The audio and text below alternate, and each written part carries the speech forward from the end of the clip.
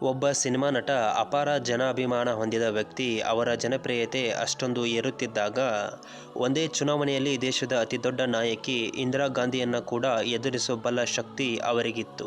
ಆದರೂ ಅಂತಹ ಭಾರೀ ಅವಕಾಶ ಬಂದಾಗ ಅವರು ಅದನ್ನು ತಿರಸ್ಕರಿಸಿದರು. ಹಾಗಾದರೆ ಅಂತಹ ಅವಕಾಶಕ್ಕೂ ಇಲ್ಲ ಅಂದ ಡಾಕ್ಟರ್ ರಾಜ್ಕುಮಾರ್ ಅವರ ನಿರ್ಧಾರ ಹಿಂದೆ ಅಸಲಿ ಕಾರಣವೇನು? ಯಾವ ಕಾರಣಕ್ಕೆ ಡಾಕ್ಟರ್ ರಾಜ್ಕುಮಾರ್ ರಾಜಕೀಯಕ್ಕೆ ನೋ ಹೇಳಿದರು? 1978ರಲ್ಲಿ ಭಾರತದ ರಾಜಕೀಯ ಇತಿಹಾಸದಲ್ಲಿ ಅತ್ಯಂತ ಕುತೂಹಲಕಾರಿ ಅಧ್ಯಾಯವಾಗಿತ್ತು. ಒಂದು ಕಡೆ ದೇಶದ ಅತಿದೊಡ್ಡ ನಾಯಕಿ ಇಂದಿರಾ ಗಾಂಧಿ ಅವರು, ಮತ್ತೊಂದು ಕಡೆ ಜನಪ್ರಿಯತೆಗೆ ಅರ್ಥವೇ ಬದಲಾಯಿಸಿದ್ದ ಕನ್ನಡದ ಕಂಠೀರವ ಡಾಕ್ಟರ್ ರಾಜ್ಕುಮಾರ್.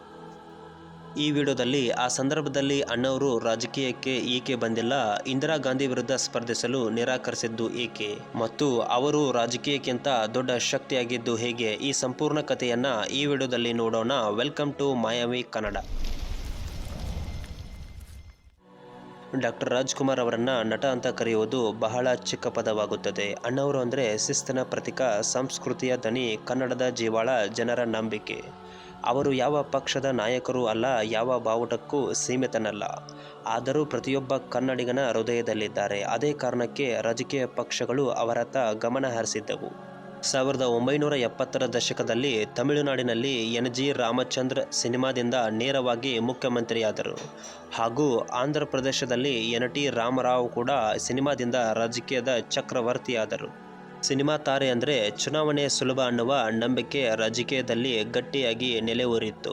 ಅಷ್ಟರಲ್ಲಿ ಒಂದು ಲೆಕ್ಕಾಚಾರ ಶುರು ಮಾಡಿದ್ರು ರಾಜಕೀಯ ನಾಯಕರು, ರಾಜ್ಕುಮಾರ್ ಸ್ಪರ್ಧಿಸುವ ಕುರಿತಾಗಿ. 1978 ಚಿಕ್ಕಮಗಳೂರು ಲೋಕಸಭಾ ಚುನಾವಣೆ ಸಂದರ್ಭದಲ್ಲಿ ಒಂದು ದೊಡ್ಡ ಪ್ಲಾನ್ ಅನ್ನ ಮಾಡಲಾಗಿತ್ತು. ಜನತಾ ಪಕ್ಷಕ್ಕೆ ಒಂದೇ ದೊಡ್ಡ ಗುರಿ ಇತ್ತು, ಅದು ಇಂದಿರಾ ಗಾಂಧಿಯವರನ್ನ ಸೋಲಿಸುವುದು. ಅದಕ್ಕಾಗಿ ಅವರು ಆರಿಸಿದ ಅಸ್ತ್ರ ಸ್ಯಾಂಡಲ್ವುಡ್ನ ದೇವರು ಡಾಕ್ಟರ್ ರಾಜ್ಕುಮಾರ್. ಲಾಜಿಕ್ ತುಂಬ ಸರಳವಾಗಿತ್ತು. ಇಂದಿರಾ ವಿರುದ್ಧ ಅಣ್ಣವರು ನಿಂತರೆ ಜನ ಅಭಿಮಾನ ಅವರ ಪರ ಇರುತ್ತೆ, ಗೆಲುವು ಸುಲಭವಾಗುತ್ತದೆ ಎಂದು. ಅಣ್ಣವರ ಶಕ್ತಿ ಎಂದರೆ ಏನು ಅಂತ ನೋಡಬೇಕಾದರೆ ಗೋಕಾಕ್ ಆಂದೋಲನ ಸಾಕು. ಕನ್ನಡ ಹೋರಾಟ ನಡೆಯುತ್ತಿದ್ದರೂ ಜನ ಸ್ಪಂದಿಸುತ್ತಿರಲಿಲ್ಲ.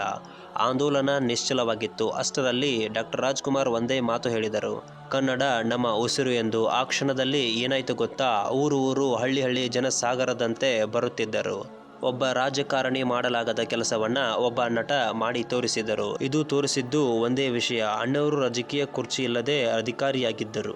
ಇದೇ ಕಾರಣಕ್ಕೆ ಅಂದು ರಾಜಕೀಯ ದಿಗ್ಗಜರು ಎಲ್ಲ ಮುಂದೆ ಬಂದಿದ್ದರು. ಜಾರ್ಜ್ ಫರ್ನಾಂಡಿಸ್, ರಾಜ್ಯ ನಾಯಕರು, ಮಾಜಿ ಮುಖ್ಯಮಂತ್ರಿಗಳು ಎಲ್ಲರೂ ಸೇರಿ ಅಣ್ಣವರಿಗೆ ಒತ್ತಡ ಹಾಕುತ್ತಿದ್ದರು. ಅಣ್ಣವರೇ, ನೀವೇ ನಿಲ್ಲಬೇಕು, ದೇಶಕ್ಕೆ ನಿಮ್ಮಂಥವರು ಬೇಕಾಗಿದ್ದಾರೆ. ಆದರೆ ಇಲ್ಲಿ ಬರುತ್ತದೆ ಅಣ್ಣವರ ಸತ್ಯವಾದ ತೀರ್ಮಾನ. ಅವರು ಏನು ಹೇಳಿದರು ಗೊತ್ತಾ? ರಾಜಕೀಯದಲ್ಲಿ ಸಕಾರಾತ್ಮಕವಾಗಿ ನಾನು ಏನು ಬೇಕಾದರೂ ಮಾಡಬಹುದು. ಅದು ನನ್ನ ಉದ್ದೇಶವಾಗಿದ್ದರೆ ಸ್ಪರ್ಧಿಸಬಹುದಿತ್ತು. ಆದರೆ ಯಾರೊಬ್ಬರ ವಿರುದ್ಧ ನನ್ನನ್ನು ಅಸ್ತ್ರವಾಗಿ ಬಳಸುವುದೇ ಉದ್ದೇಶವಾಗಿದ್ದರೆ ಅದು ನನಗೆ ಬೇಡ. ಅದೇ ಅಣ್ಣವರ ಮಹತ್ವ.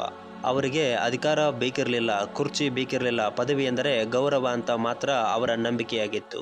ಅವರಿಗೆ ರಾಜಕೀಯ ಅಂದರೆ ಜನರ ಸೇವೆ ಸಾಧನ, ಆದರೆ ಶತ್ರುತನದ ಅಸ್ತ್ರವಲ್ಲ ಎಂದು ಅವರಿಗೆ ಚೆನ್ನಾಗಿ ಗೊತ್ತಿತ್ತು. ಆ ಸಮಯದಲ್ಲಿ ಅಣ್ಣವರಿಗೆ ಮತ್ತೊಂದು ಭಯ ಕಾಡುತ್ತಿತ್ತು. ಇಂದಿರಾ ಗಾಂಧಿಯವರಿಗೂ ಅಭಿಮಾನಿಗಳು ಇದ್ದರು, ರಾಜ್ಕುಮಾರ್ ಅವರಿಗೂ ಅಭಿಮಾನಿಗಳು ಇದ್ದರು. ಆದರೆ ಚುನಾವಣೆಗೆ ನಿಂತಿದ್ದರೆ ಜನರಲ್ಲಿ ರಾಜಕೀಯ ದ್ವೇಷ ಉಂಟಾಗುತ್ತಿತ್ತು. ನನ್ನ ಕಾರಣಕ್ಕೆ ಕನ್ನಡಿಗರು ಒಬ್ಬರನ್ನೊಬ್ಬರು ಬೈಯುವಂತಾಗಬಾರದು, ಅದು ಅವರ ನಿಲುವಾಗಿತ್ತು. ಅವರು ರಾಜಕೀಯಕ್ಕಿಂತ ಮನುಷ್ಯತ್ವದ ಕಡೆಗೆ ದೊಡ್ಡದಾಗಿ ನೋಡುತ್ತಾರೆ.